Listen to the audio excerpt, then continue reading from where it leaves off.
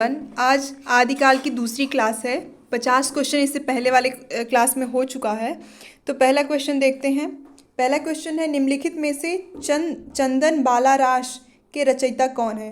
तो चंदन, चंदन पकड़ लीजिए वर्ड। फिर इसके बाद आग, आसुग है, आसुग से आग। तो चंदन की लकड़ी में हम क्या लगाते हैं? आग लगाते हैं। देख लीजिए कितना इंपॉर्टेंट क्वेश्चन है। तो निम्नलिखित में से चंदन बालारास के रचयिता कौन है? आसुग कवि हैं, ये याद रखिएगा। नेक्स्ट क्वेश्चन है, चंद्रवरदाई ने पृथ्वीराज रासो में निम्नलिखित में से मुख्यतः किस छंद का प्रयोग किया है? तो कवित्व का प्रयोग किया है उन्होंने। नेक्स्ट क्वेश्चन है, विद्यापति ने अपना कौन सा ग्रंथ मैथिली भाषा में लिखा हुआ है? तो पदावली को लिखा है, और इन्हीं के कारण इनको कौन सी उपाधि दी गई है? आप लोग बताइएगा। और जो कीर्तिलता है वो अवहट्ठ में लिखा है, और ये दोनों संस्कृत भाषा में लिखा है। नेक्स्ट क्वेश्चन है, पौमचर्यू में किसका वर्णन किया गया है? तो पौमचर्यू में वर्णन किया गया है राम जी का। नेक्स्ट क्वेश्चन है, अमीर खुसरो की पहेलियाँ और मुकारियाँ किस भाषा में हैं? तो ये हैं खड़ी बोली में, और खड़ी बोली आज के टाइम में भी बोली जाती है। फिर है नेक्स्ट क्वेश्चन, डिंगल भाषा का अर्थ क्या है? डिंगल भाषा का अर्थ है अपभ्रंश के योग से बनी राजस्थानी भाषा। अपभ्रंश को अवहट्ठ भाषा भी हम कहते हैं। अमीर खुसरो का जन्म स्थान कौन सा है इसमें से? तो उनका जन्म हुआ था एटा में, एटा के पटियाली नामक गांव में हुआ था।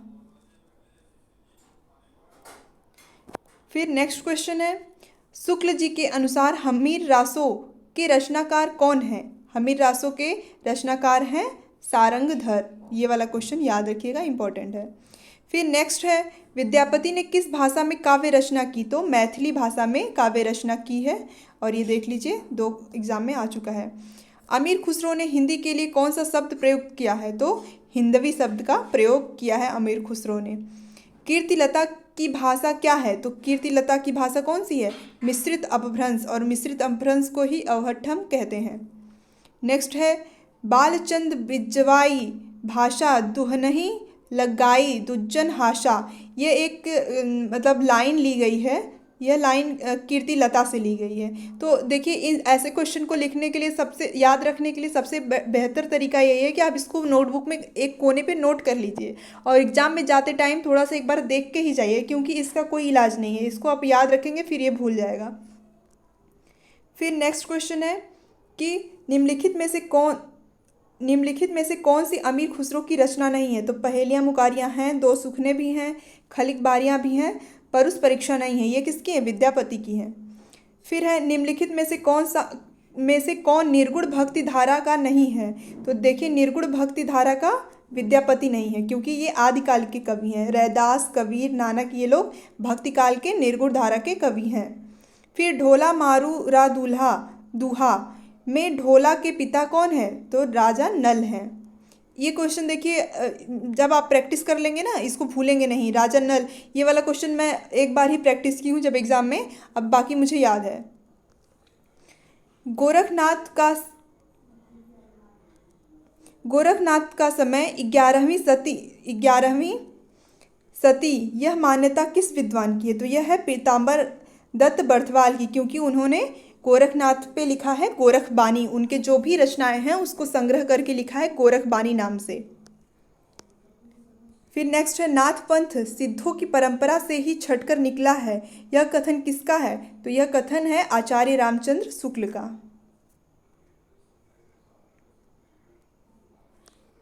फिर है, पिंगल मिश्रित भाषा की रचना है, पिंगल मिश्रित भाषा की रचना है पृथ्वीराज रासो की। फिर नेक्स्ट क्वेश्चन है, आदिकालीन हिंदी के संबंध में उपर्युक्त नहीं है।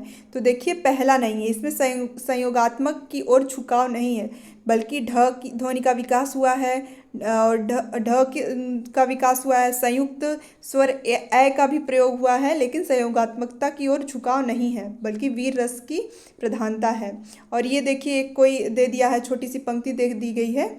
अब इसके बारे में पूछ रहा है कि उक्त पंक्तियों में किसके मध्य होने वाले युद्ध का वर्णन किया गया है? तो पृथ्वीराज की सेना व समुद्र शिखर की सेना के बीच किया गया युद्ध का वर्णन है। तो इसको आप लिख लीजिए थोड़ा सा कहीं कॉपी में और इस क्वेश्चन को नोट कर लीजिए।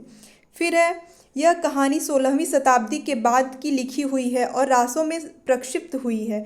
पद्मावती समय के विषय में यह कथन किसका है? तो यह है हजारी प्रसाद द्विवेदी का कथन है। देखिए कथन वाले क्वेश्चन 1, 2 से 3 आते हैं। 2 क्वेश्चन तो आता ही आता है TRE 4 में, बाकी एग्जाम में भी आते हैं, क्योंकि यहाँ पे देख लीजिए सब दिया हुआ है कि कौन सा एग्जाम में कौन सा क्वेश्चन आया है। तिब्बत के 84 सिद्ध की परंपरा कौन से सिद्ध से आरंभ हुई है? तो देखिए लुइपा से आरंभ हुई है। अगर पूछ दिया जाए कि हिंदी के प्रारंभिक कवि कौन माने जाते हैं, तो सरहपा माने जाते हैं, लेकिन यहाँ पे पूछा है सिद्धों की परंपरा कौन से सिद्ध से आरंभ हुई है, तो यहाँ पे लुइपा। कंफ्यूज होके इसमें सरहपा मत मार दीजिएगा, नहीं तो क्वेश्चन हो जाएगा गलत। इसका आंसर होगा लुइपा। 73 है, निम्नलिखित में से कौन आदिकाल के अंतिम चरण के सुप्रसिद्ध कवि हैं? तो अमीर खुसरो आदिकाल के अंतिम चरण के कवि हैं। आदिकाल का जब अंतिम चरण आया तो वहाँ पे खड़ी बोली का प्रारंभ हो गया, इसलिए अमीर खुसरो की भाषा खड़ी बोली है और यह आदिकाल के अंतिम चरण में इन्होंने लिखा है। फिर है, हिंदी साहित्य का प्रथम महाकाव्य कौन सा है? तो प्रथम महाकाव्य है पृथ्वीराज रासो। इसमें सुमेलित करने वाला है ये क्वेश्चन, लेकिन इस क्वेश्चन में जो ऑप्शन दिया हुआ है वो थोड़ा सा गड़बड़ है, इसलिए यहाँ पे आप लोग देख लीजिए। गोरखनाथ और उनका युग रागे राघव ने लिखा। हिंदी काव्य के निर्गुण संप्रदाय पीतम्बर दत्त बर्थवाल, नाथ पंथ हरिप्रसाद द्विवेदी, सिद्ध साहित्य धर्मवीर भारती ने लिखा है। फिर है, भरत मुनि ने अपभ्रंश को नाम दिया है। भरत मुनि ने अपभ्रंश को नाम दिया है देश भाषा। फिर नेक्स्ट है, इसमें जन्म काल के अनुसार। तो देखिए इस क्वेश्चन को याद रखने के लिए ऐसा करिए ना, श्रीधर सबसे लास्ट में आते हैं। अब आप इसमें लिख लीजिए, क्वेश्चन अपने बुक में नोटबुक में लिख लीजिए कि श्रीधर सबसे लास्ट में सबसे अंत वाले कवि हैं, बस ऐसे ही लिख लीजिए। अब जब भी आपको ऐसा ऑप्शन आएगा ना, तो आप बस देखिए कि श्रीधर कहाँ पे लास्ट में है, लेकिन आप फंस भी सकते हैं अगर श्रीधर दो ऑप्शन में लास्ट में दे दिए तो चंद्रवरदाई सबसे पहले और श्रीधर सबसे बाद में। मैं ऐसे ही इस क्वेश्चन को याद की थी। निम्नलिखित में से कौन सा ग्रंथ लौकिक चरित काव्य माना जाता है? तो भविष्यत कहा को लौकिक चरित काव्य माना जाता है। नाथ पंथ संप्रदाय के प्रवर्तक इनमें से कौन है? तो गोरखनाथ है नाथ पंथ के प्रवर्तक। ये कभी भूलने वाला क्वेश्चन नहीं है। महापुराण के रचनाकार कौन है? तो इसके हैं पुष्यदंत, महापुराण के रचनाकार हैं।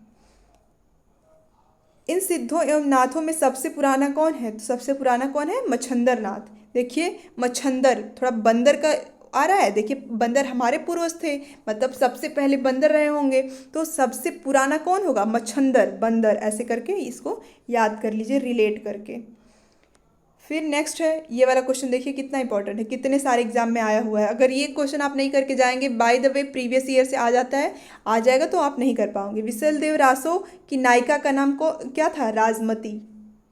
और विसल देव एक ऐसा ग्रंथ है जिसमें श्रृंगार रस का वर्णन किया गया है, क्योंकि बाकी जो आदिकालीन ग्रंथ हैं, रासो साहित्य हैं, उसमें वीर रस की प्रधानता है।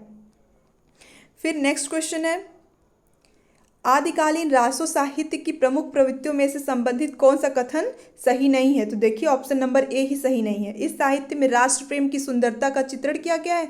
नहीं, जितने भी आदिकालीन रासो साहित्य हैं उसमें राष्ट्र प्रेम की बात ही नहीं कही गई, बल्कि वीर रस की प्रधानता है, कहीं कहीं श्रृंगार रस की भी प्रधानता है, और भोग विलासिता का वर्णन किया गया है। अपने आश्रयदाताओं की प्रशंसा बढ़ा चढ़ा के किया गया है, युद्धों का सजीव वर्णन किया गया है, लेकिन राष्ट्र प्रेम की बात ही इन्होंने नहीं किया। फिर यहाँ पे एक पंक्ति दी गई हुई है, फिर बोल रहा है उपर्युक्त पंक्ति में अनहद नाद की स्थिति को व्यक्त करने वाली योगी संत का नाम बताइए। तो यहाँ पे देखिए इसमें हो जाएगा गोरखनाथ। देखिए यहाँ पे इस पंक्ति में नाद आया है, तो यहाँ पे नाथ से नाद, फिर नाद से यहाँ नाद है और यहाँ पे नाथ है, इसे याद रखिएगा। फिर नेक्स्ट क्वेश्चन है, यहाँ पे दिया हुआ है भाषा की कसौटी पर यदि ग्रंथ को कसते हैं तो और भी निराश होना पड़ता है, क्योंकि वह बिल्कुल बेठिकाने है, उसमें व्याकरण आदि का कोई व्यवस्था नहीं है। आचार्य शुक्ल का उक्त कथन किस ग्रंथ के संदर्भ में है? तो देख लेते हैं ऑप्शन क्या है। यहाँ पे है पृथ्वीराज रासो, इसका सही है। इनके अनुसार इसमें व्याकरण व्यवस्थित रूप से नहीं किया गया है। निम्नलिखित में से किस रचना में कड़वक शैली का प्रयोग किया गया है, का प्रयोग नहीं किया गया है? ये ऑप्शन में ध्यान रखिएगा, बहुत से लोग कंफ्यूज हो जाते हैं, क्वेश्चन पूरा नहीं पढ़ेंगे तो ऑप्शन गलत हो जाएगा। देखिए कड़वक, यहाँ पे ड़ का प्रयोग आ रहा है थोड़ा सा, और पाहुड़ ड़, तो ड़ और कड़वक ऐसे करके क्वेश्चन को रिलेट कर लीजिएगा। फिर है सांकेतिक अर्थ रखने के कारण इनकी बानियों की भाषा को सांध्य भाषा कहते हैं। तो सिद्धों की भाषा को सांध्य भाषा कहते हैं क्योंकि यह सांकेतिक भाषा थी। आदिकाल के किस कवि की भाषा हिंदी की वर्तमान रूप से सर्वाधिक निकट है? तो अभी हमने ऊपर पढ़ा अमीर खुसरो। अमीर खुसरो की भाषा कैसी है? खड़ी बोली है, और खड़ी बोली वर्तमान भाषा भी खड़ी बोली ही बोली जाती है, इसलिए सबसे निकट इन्हीं की भाषा को कहा जाता है। नेक्स्ट है पृथ्वीराज रासो के प्रमुख रस कौन सा है? तो वीर और श्रृंगार रस पृथ्वीराज रासो की प्रमुख रस हैं। अब ये वाला क्वेश्चन देख लीजिए कितना इंपॉर्टेंट है, अगर इसको नहीं करके गए प्रैक्टिस तो क्या ही होगा। देख लीजिए कितना आया, डीएसएसबी में, राजस्थान में, यूपीटीजीटी में, नेट में, फिर राजस्थान में, छत्तीसगढ़ में। राहुल सांस्कृत्यायन ने हिंदी का पहला कवि किसे माना? हिंदी का पहला कवि अभी मैंने जब लुइपा वाला क्वेश्चन कराया तब वहाँ पे था कि सिद्धों का प्रारंभिक कवि कौन माना जाता है, तो वहाँ पे लुइपा था, लेकिन हिंदी का पहला कवि कौन माना जाता है? तो यहाँ पे सरहप्पा होंगे, आंसर हो जाएगा सरहप्पा। इस क्वेश्चन को याद रखिएगा। फिर नेक्स्ट है सिद्धों की बानियों को हिंदी काव्य धारा के नाम से, जहाँ पे हिंदी काव्य धारा आ गया वहाँ पे राहुल सांस्कृत्यायन का नाम आ जाएगा। आदिकाल के कवि सरहपाद की काव्य परंपरा में विकसित नाथ पंथ के हठ योग का पल्लवन आगे चलकर इनमें से किस कवि ने में हुआ? तो कबीरदास। कबीरदास किसी परंपरा के अनुसार नहीं चले हैं। अगर भक्ति में चल रही है तो वो उन्होंने भक्ति को अपनाया नहीं, वो अपने हिसाब से देश काल वातावरण को देखकर, लोगों की चित्तवृत्ति कैसी है, लोग दुख का अनुभव कर रहे हैं तो उन्होंने दुख पे लिख दिया, लोग अच्छा महसूस कर रहे हैं प्रेम का तो उन्होंने प्रेम पे लिख दिया, निर्गुण है तो इसलिए इनकी भाषा को खिचड़ी कहते हैं, पंचमेल खिचड़ी भी कहते हैं। तो ये हठ योग से ही मिलती जुलती कबीर की भाषा है। फिर यहाँ पे है बौद्ध धर्म के सिद्धांत में देश की बदलती हुई परिस्थितियों ने जिन नवीन भाषाओं की सृष्टि की, उन्हीं के परिणाम स्वरूप सिद्ध साहित्य की रूपरेखा तैयार हुई। यह कथन किसके बारे में कहा गया है, किसने कहा है? तो डॉक्टर रामकुमार वर्मा ने कहा है। फिर नेक्स्ट क्वेश्चन है, ये भी देख लीजिए कितना इंपॉर्टेंट क्वेश्चन है। नागरिक प्रचारिणी सभा के प्रकाशित पृथ्वीराज रासो के संस्करण को प्रमाणित मानने वाले विद्वान इनमें से कौन है? तो कर्नल टॉड ने प्रमाणित माना। और ऐसे क्वेश्चन आते हैं, उसमें दिया था अप्रमाणित मानने वाले, और उसमें अप्रमाणित मानने वाले में दे दिया था किनका, मैं भी बता, वूलर। इस बार टीआरई 3 में आया था ये वाला क्वेश्चन और दिया था पृथ्वीराज रासो को कौन अप्रमाणित मानते हैं, तो 2-3 और ऑप्शन दिए थे और वूलर का नाम दिया था, तो ये मेरा क्वेश्चन सही हुआ था। देखिए अब आप यहाँ पे लिख लीजिए पृथ्वीराज रासो, हेडिंग डालिए, प्रमाणिक, अप्रमाणिक और अर्ध प्रमाणित, और इस पूरे पोर्शन को नोट कर लीजिए क्योंकि इसमें से एक क्वेश्चन आ जाएगा और वो क्वेश्चन प्रमाणित का पूछ लेगा, अप्रमाणित का पूछ लेगा, अर्ध प्रमाणित का पूछ लेगा। तो आपके ऊपर है कि आप इसको कैसे याद रखते हैं, क्योंकि जब एग्जाम में जाएंगे आपको ऑप्शन में बीच में कन्फ्यूजन होएगा ही होएगा, तो इसलिए ये है कि आप इसको लिख के प्रैक्टिस करिए। फिर है भारतेश्वर बाहुबली रास इनमें से किस काव्यधारा का ग्रंथ है? तो यह है जैन साहित्य का एक ग्रंथ है। नेक्स्ट है निम्नलिखित में से कौन सी रचना शिलालंकित है? तो राउरवेला। इस क्वेश्चन को हमने इसके पहली वीडियो में भी पढ़ लिया है। राउरवेला क्या है? एक शिलालंकित काव्य है, एक चंपू काव्य है, यानी गद्य पद्य दोनों मिलाकर लिखा गया है। फिर है आदिकालीन साहित्य के संबंध में इनमें से कौन सा कथन सही नहीं है? तो देखिए ऑप्शन नंबर बी, दोहा कोश और चर्या गीतों की भाषा शैली में कोई अंतर नहीं है। अंतर है, इसलिए ये क्वेश्चन, ये वाला ऑप्शन गलत हो जाएगा, ऑप्शन नंबर बी। देख लीजिए आंसर नंबर बी। फिर नेक्स्ट क्वेश्चन है कि रचना और रचनाकाल की दृष्टि से कौन सा विकल्प सुमेलित नहीं है? तो ऑप्शन नंबर ए सुमेलित नहीं है, इसका यहाँ पे दिया हुआ है, आप लोग देख लीजिए। देखिए प्रबंध चिंतामणि, मेरुदंड, मेरुतुंग, पाहुड़ दोहा, राम सिंह, नेमिनाथ चर्यु, हरिभद्र सूरी, भविष्यत कहा, धनपाल, नेमिनाथ चौपई, विनय चंद्र सूरी। इसको नोट कर लीजिए। जसहर चरित्र के लेखक कौन है? जसहर चरित्र के लेखक हैं पुष्यदंत। और यहाँ पे ये वाला पोर्शन भी आप नोट कर लीजिए कि स्वयंभू पौमचर्यु, धनपाल भविष्यत कहा, अब्दुल रहमान संदेश रासक। संदेश रासक को कैसे याद करना है इसके पिछली वीडियो में मैंने बताया हुआ है। फिर है दब्ब सहाव पयास नामक अपभ्रंश में लिखित ग्रंथ की रचना किसने की है? तो इसकी रचना की है देवसेन ने। आई होप आप लोग को वीडियो समझ आ रही होगी। सबसे अच्छा तरीका यही है, देखिए इससे पहले वाले जो 50 क्वेश्चन हमने किया है, तो नेक्स्ट इस वाली वीडियो में 5 क्वेश्चन तो ऐसे रहे होंगे जो सेम टू सेम हूबहू पिछली वाली वीडियो से मिलते रहे होंगे, और 10 क्वेश्चन ऐसे हैं कि जो उससे रिलेट करके वीडियो इस वाले क्वेश्चन में मिल रहे हैं। तो 15 क्वेश्चन ये ऐसे ही हो गया। अब बचा 35 क्वेश्चन। 35 क्वेश्चन पे आप मेहनत कर लीजिए। इस 35 क्वेश्चन जो है ये अब नेक्स्ट वीडियो जब आएगा उसमें सहायता करेगी आपका। तो क्वेश्चन को रिलेट करके इजी करके पढ़ना है और याद रखना। आई होप आप लोग को वीडियो समझ आई होगी। Thank you.